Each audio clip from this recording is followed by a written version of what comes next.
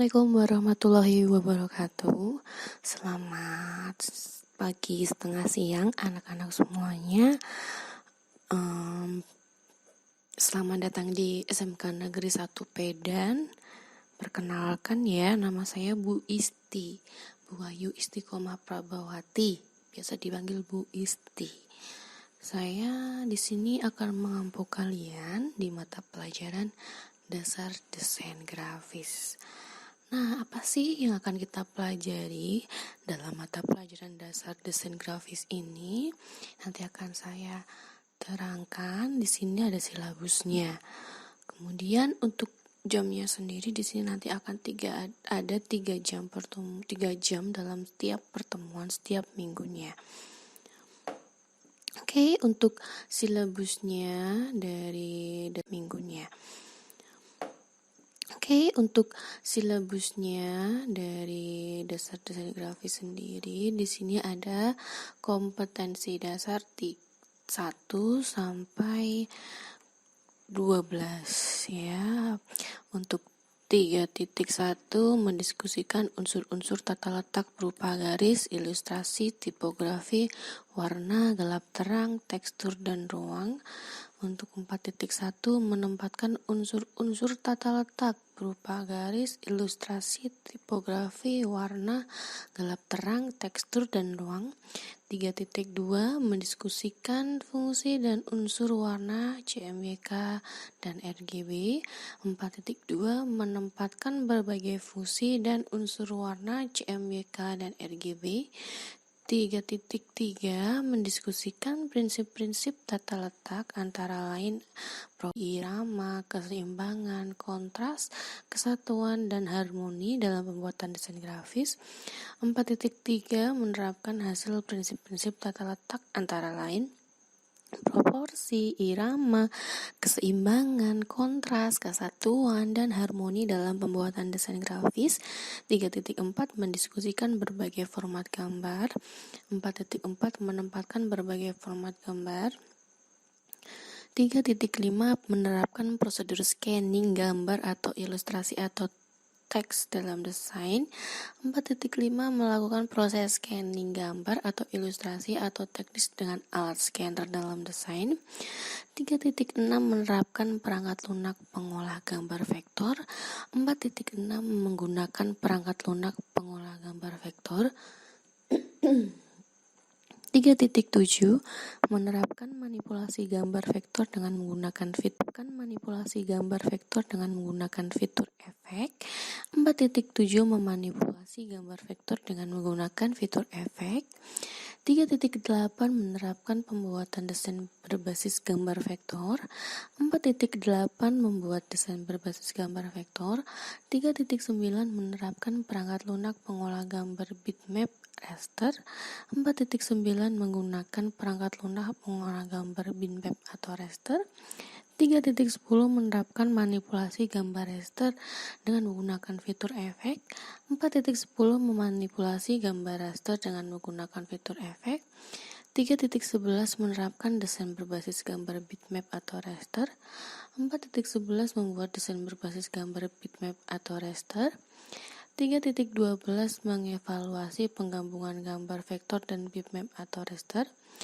Dan 4.12 membuat desain penggabungan gambar vektor atau raster. Itu untuk tadi kompetensi dasarnya. Kemudian untuk bab-babnya yang akan kita pelajari dalam setahun ini, ya ini berdasarkan buku Dasar Desain Grafis penerbit Andi untuk SMK atau MAK kelas 10. Yang pertama, bab 1 yaitu penempatan tata letak desain grafis. Bab 2, unsur-unsur warna CMYK dan RGB. Bab 3, prinsip tata letak desain. Bab 4, macam-macam format gambar dan prosedur scanning. Bab 5, perangkat lunak pengolah gambar vektor. Bab 6, teknik manipulasi gambar vektor. Bab 7, mengangkat lunak gambar bitmap. Bab 8, manipulasi gambar berbasis bitmap. Itu untuk bab-babnya 8 bab ya, akan kita pelajari dalam 1 tahun. Kemudian kita akan memasuki untuk bab yang pertama ya. Untuk bab yang pertama di sini ya, itu mengenai penempatan tata letak desain grafis.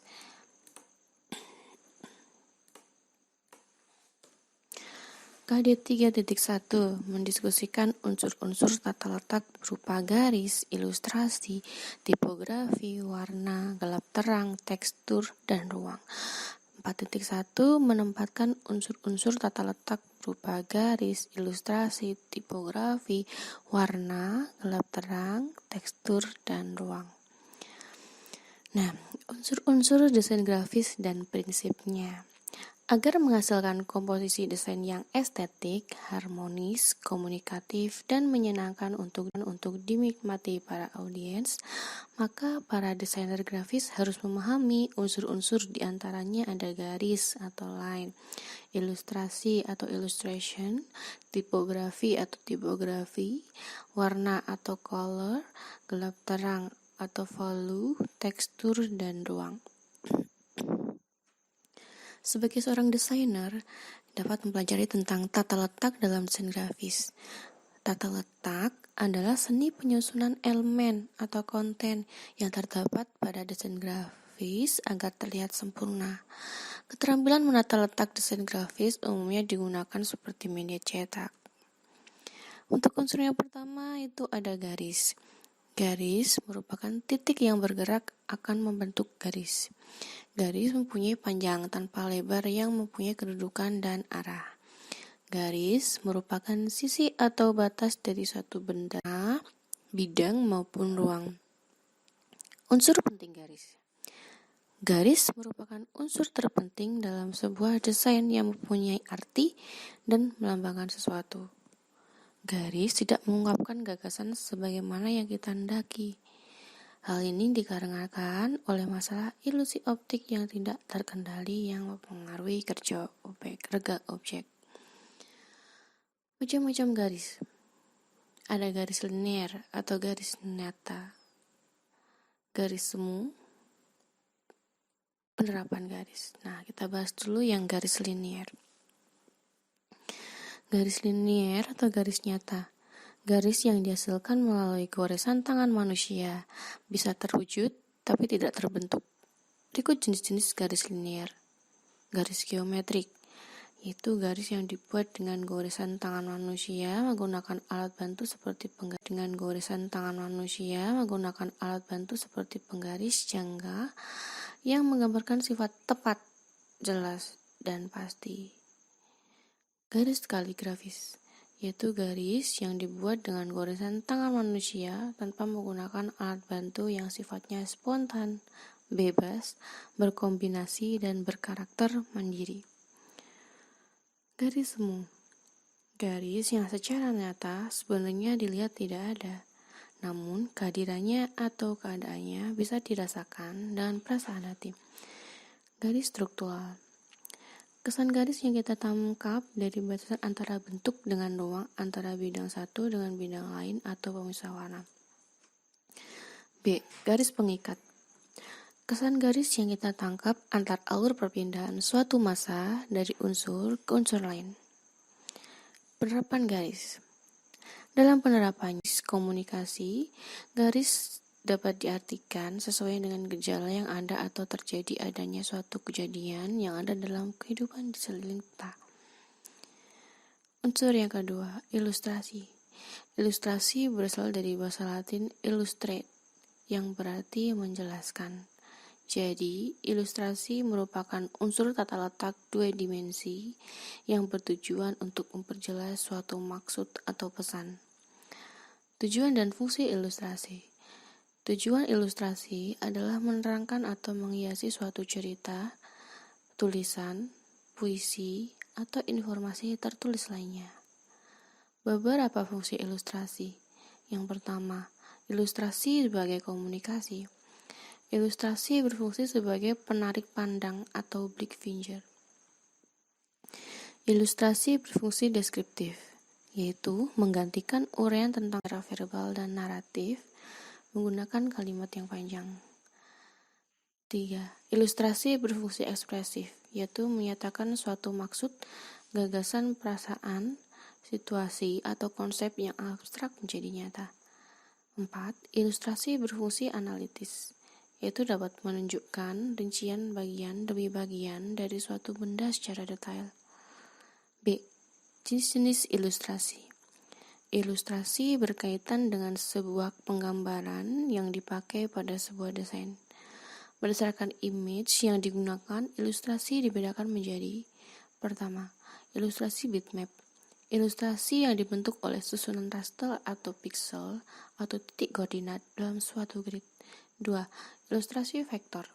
Ilustrasi yang terbentuk dari serangkaian instruksi secara matematis dan saling berhubungan. C. Objek.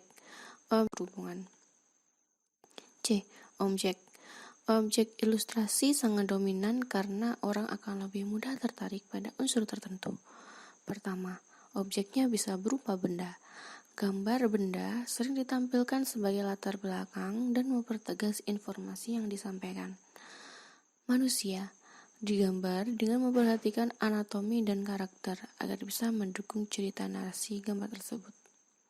Wajah atau close up, agar audiens lebih fokus pada informasi yang disampaikan dengan cara memperbesar atau mendetailkan objek. 4. Hewan. Setiap hewan yang digambarkan harus menunjukkan detail yang jelas dari masing-masing jenis hewan. 5. Tumbuhan. Dapat digambar dengan metode disederhanakan dan metode mendetail. 6. Suasana. Objek suasana adalah hal yang sangat sulit karena hadir satu kali pada tempat dan waktu tertentu.